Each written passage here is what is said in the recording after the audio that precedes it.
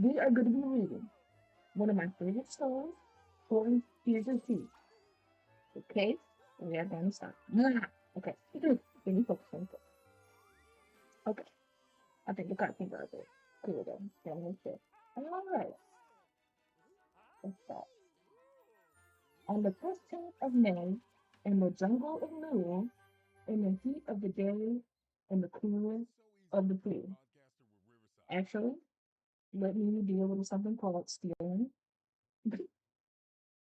so we don't ever get close to ads. Just wait a minute. I'm not doing anything bad.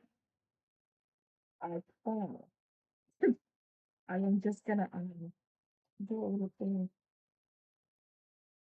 that you do so you don't. Okay, okay. Uh,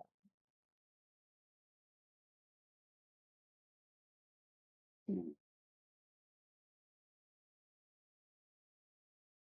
in that I am, but I'm not.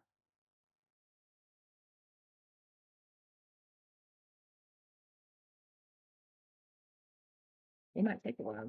You really download. You said anything about downloading.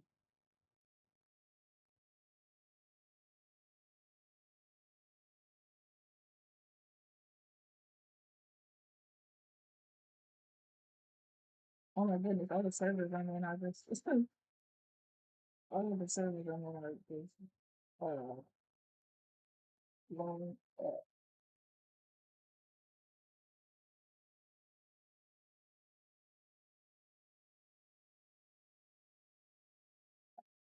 Gonna be more. We are gonna start properly. I don't want any ads to pop up.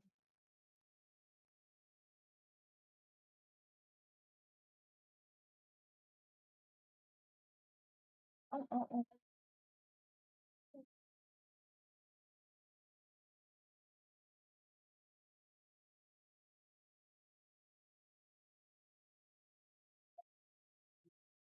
going to big kids. Oh,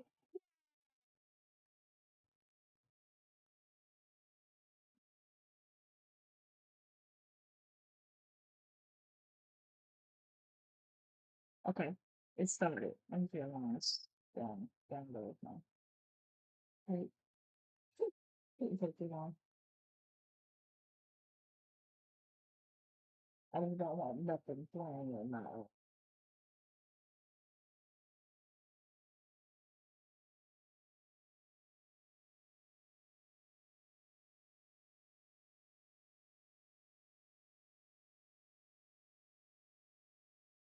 So I'm done playing. I'm probably gonna get back to playing after I finish the. Actually, yeah. After I read the story, I draw the emote. I am gonna get back to playing Final 76 because hey, listen, I love it, dude. But first, I am going to do the reading and then do an emote. But I'm gonna do an emote for you, Angie, so I want you to give me an idea what kind of emote you want. If you want it with me or Kaya or all of us, or if you just want this one by yourself, so I can put it here in this Twitch chat and in the server.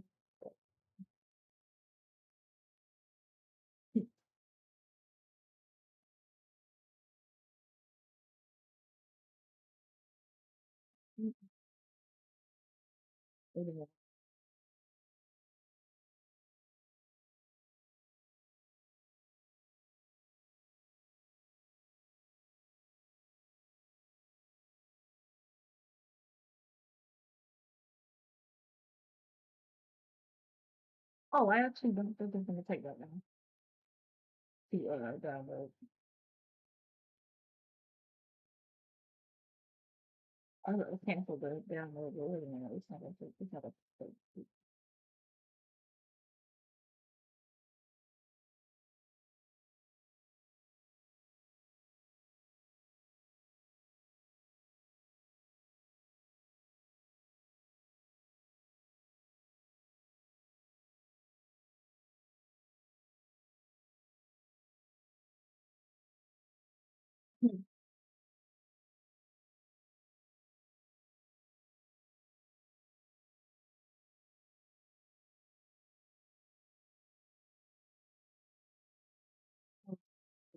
Same question.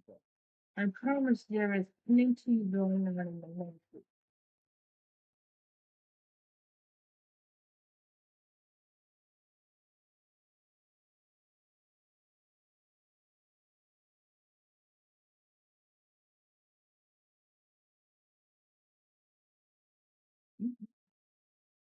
Oh, it's done. Okay, it's done. All right, now it's done. All right, I believe with this factor.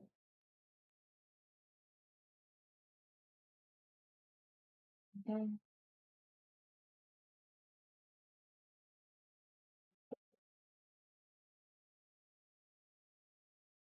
media player.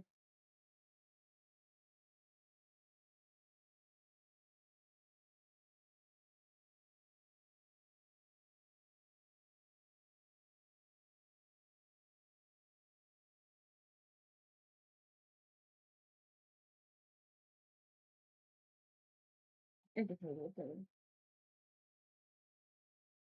It is, but it isn't translated.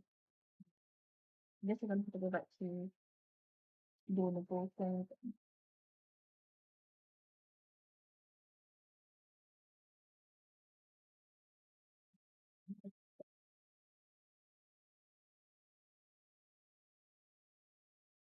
There we go. There we go. Now it's there. Okay. It's done. Must send all the way to that. All the way. Now, right, that's I know for a fact that's too loud. I know it is. No, it's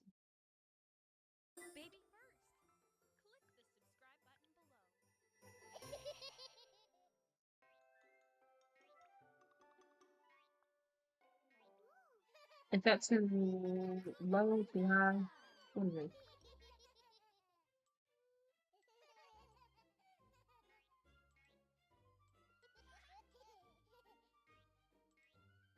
Is this volume good?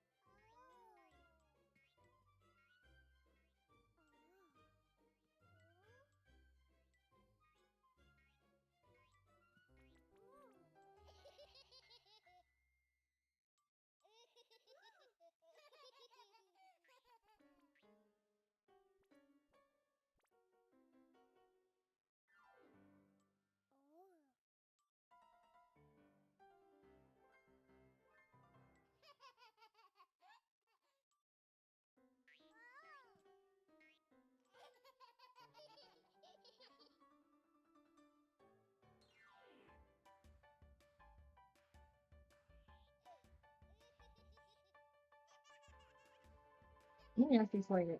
Look at my phone and see if it's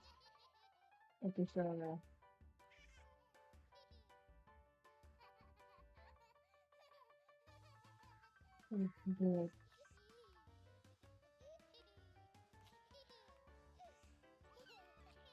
Yeah, I think that's good. Okay, okay, great. I don't want it to be too loud anyway. All right, now we're gonna actually read what he did. You know, it's just a liar.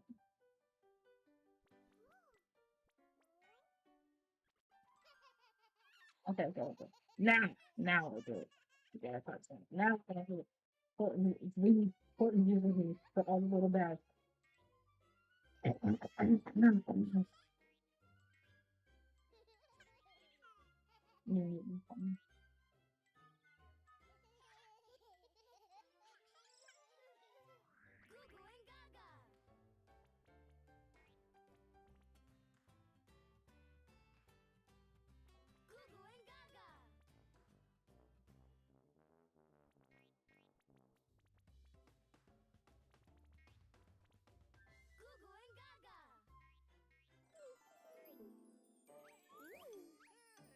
On the 15th of May, in the jungle of Moor, in the heat of the day, in the cool of the pool, he was splashing, enjoying the jungle's great joy.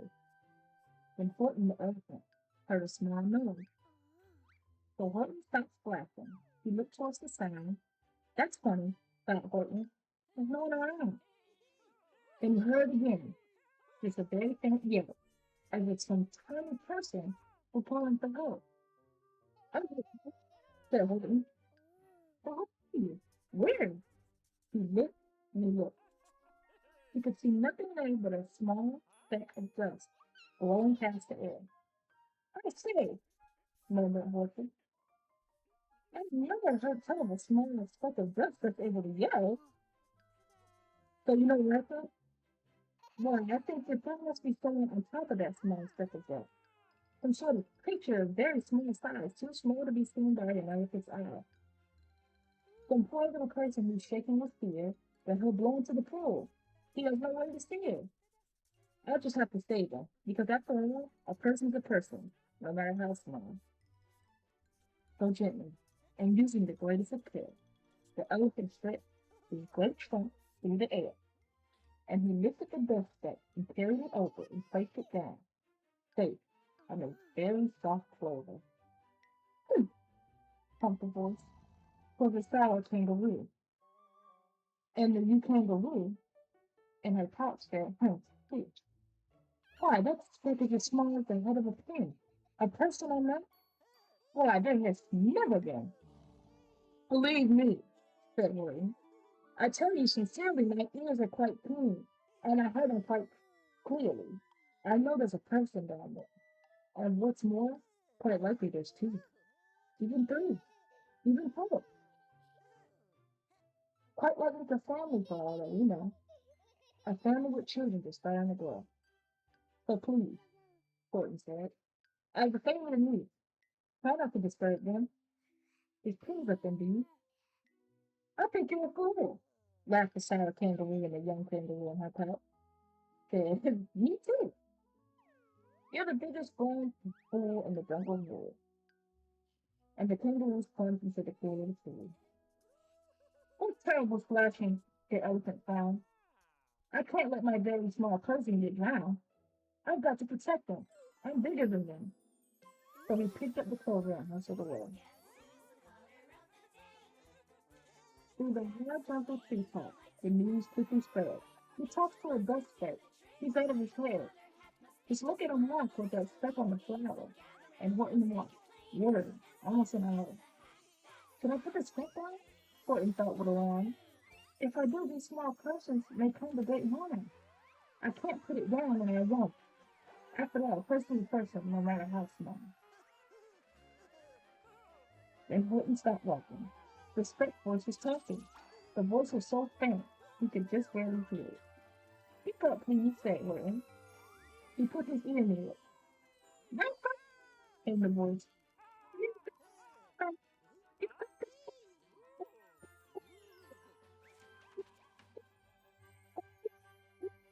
you so go." "You mean," Horton gasped, "you built," piped the voice. "What are you supposed to do? I'm too small to be seen, but I'm going for the place that is friendly and clean. I bring to you the same terribly small, but to us who are big, they are wonderfully tall. My time is quite there, for I am full, and we prove that all thankful and grateful to you." And Thornton called back to the mayor of the town. "You're safe now. Don't worry. I won't let you down." Well, just as he spoke to the mayor of the state, three big jungle monkeys climbed up Horton's neck. The Wickersham brothers came shouting, "What not? This elephant's talking to who's who are not. There aren't any rules, and they don't have a mayor, and we're going to stop all this nonsense. So there." They snatched Horton's clover. They carried it off to a black-bottomed eagle named Blad. Vladikov, a mighty strong eagle of very swift wing, and they said, "Will you kindly get rid of this thing?" And before the poor elephant could even speak, that eagle flew off with a flower in its beak. All that late afternoon and far into the night, that black-bottom bird flapped its wings in fast flight, while Horton chased after. With groans over stones that pattered his toenails and battered his bones, he begged, "Please don't hurt my little folks, who have as much right to live as us bigger folks do." But far beyond him, that eagle kept flapping, and over his shoulder he called back, "Quit your yapping! I'll fly the night though. I'm a bird. I'm a mice. I'll fight tomorrow, but you'll never fight." And at 6:56 the next morning he did it. It was sure a terrible place that he hid it. He let that small clover drop somewhere inside of the great patch of clovers 100 miles wide. "How you that?" sneered the bird. "But I think it was her." And he left with the click of his black bottom tail. "I'll find it!" cried Horton. "I'll find it, or bust I shall find my friends on my small speck of dust." And clover by clover, with care he picked up and searched them, and called, "Are you there?" But clover by clover, he found that the one that he sought for was not around. And by noon, poor old Horton, more dead than alive, had picked, searched, and planned up 9,005. Then, on through the afternoon, hour after hour, till he found him at last, on the 3 flower. "Look!" cried the elephant. "Come on, do tell me, are you still? Are you sound? Are you whole? Are you well?" From down on the speck came the voice of the mayor. "We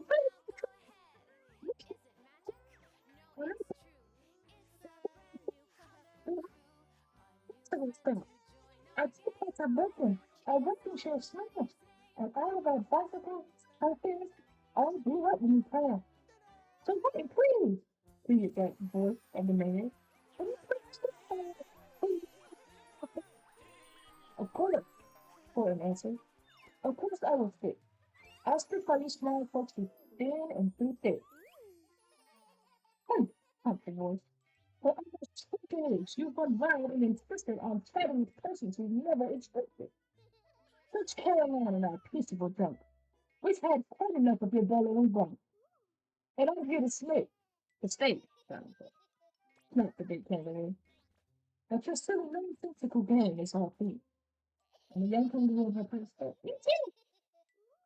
With the help of the Wilkerson brothers and dozens of Wilkerson uncles and Wilkerson cousins and Wilkerson in-laws whose help I've engaged, you're going to be roped and you're going to be paid. As for our best steak, that we shall boil and hot steaming kettle of diesel nut oil." "Boil it!" gasped Horton. "Oh, that you can't do. It's all for the questions. They'll prove it to you." "Mr. Mayor, Mr. Mayor," Horton called. "Mr. Mayor, you've got to prove now that you really are there. So call a big meeting. Get everyone out. Make everyone hooves holler. Make every hoof shout. Make every hoof scream if you don't. Every hoof's going to end up in a beaver nut stew." And down on the dustbed, the scared little mayor squeaked called a big meeting in Louisville, town square. And his people cried loudly. They cried out in fear. The elephant smiled. That was as clear as a bell. "You kangaroo surely heard that very well." "All I heard," snapped the big kangaroo, "was the breeze and the faint sound of wind through the far distant trees. I heard no small voices, and you didn't either." And the young kangaroo and her pop said, "Me neither." "Grab him," they shouted, "and cage the big goat. Lasso his stomach with 10 miles of rope. Tie the knots tight so he'll never shake loose. Then dump that dumb stick in the beaver nut juice." Gordon fought back with great vigor and vim, but the Wickerson gang was too many for him. They beat him, they mauled him, they started to haul him into his cage. But he managed to call to the mayor, "Don't give up, I believe in you all. A person's a person, no matter how small. And you very small persons will not have to die if you make yourselves heard. So come on now and try." The mayor gave a tom-tom. He started to smack it. And all over Whoville, they whipped up a racket. They rattled tin kettles. They beat on brass cans. on garbage pail top and old cranberry can. They blew on bazookas and blasted great toots on clarinets, opals and blue pens and flutes. Great gusts of loud racket rang high through the air. They rattled and shook the whole sky, and the mayor called up through the howling night, all of me. Hey, Horton, how's this? Is there something coming through? And Horton called back, I can hear you fine, but the kangaroo's ears aren't as strong quite as mine. They don't hear a thing. Are you sure all of your boys are doing their best? Are they all making noise? Are you sure every wheel down there in Proville is working? Quick, look for your town. Is there anyone chirping? Through the town rushed the mayor from the east to the west, but everyone seemed to be doing his best. Everyone seemed to be yapping or yipping. Everyone seemed to be beeping or bipping. But it wasn't enough. All this ruckus and war. He had to find someone to help make him more. He raced through each building. He searched floor to floor. And just as he felt he was getting nowhere, and almost was about to get up in despair, he suddenly burst through a door, and that man discovered on Shirker, quite hidden away in the Fairfax apartment, a very small Shirker named Jojo was standing and dancing in yo-yo, not making a sound, not making a yip, not a chirp. And the mayor was inside and he grabbed the young clerk. and he climbed with the lad up the Eiffelberg Tower. This, cried the mayor, is your talent. Black is out. The time for all those who have blood that is red to come to the aid of their country, he said. You've got to make noise and great enough, so open your mouth, lad, for every one's count. Thus he spoke as he climbed. When they got to the top, the lad cleared his voice and he shouted, "Yep!" and that one small extra yap, put it over. Finally, at last, from that step on that clover, their voices were heard. They rang out clear and clean, and the elephant smiled. Do you see what I mean? They prove they are persons, no matter how small, and that whole world was saved by the smallest of all. How true, yes, how true, said the big kangaroo. And from now on, you know what I'm planning to do? From now on, I'm going to protect them with you. And the young kangaroo in her pouch said, me too. From the start in the summer, from rain when it's falling, I'm going to protect them, no matter how small. The end. Ooh, that was such a nice story. Oh my goodness. I love that story. What about you guys? I love this story. That's one of my favorite stories. My favorite Dr. Seuss story, however, is Green Eggs and Ham. I love that one. I think we're gonna do that one next stream if you guys allow me to do Green Eggs and Ham. But that I really did enjoy reading Horton Hears. It was way longer than I thought it was gonna be.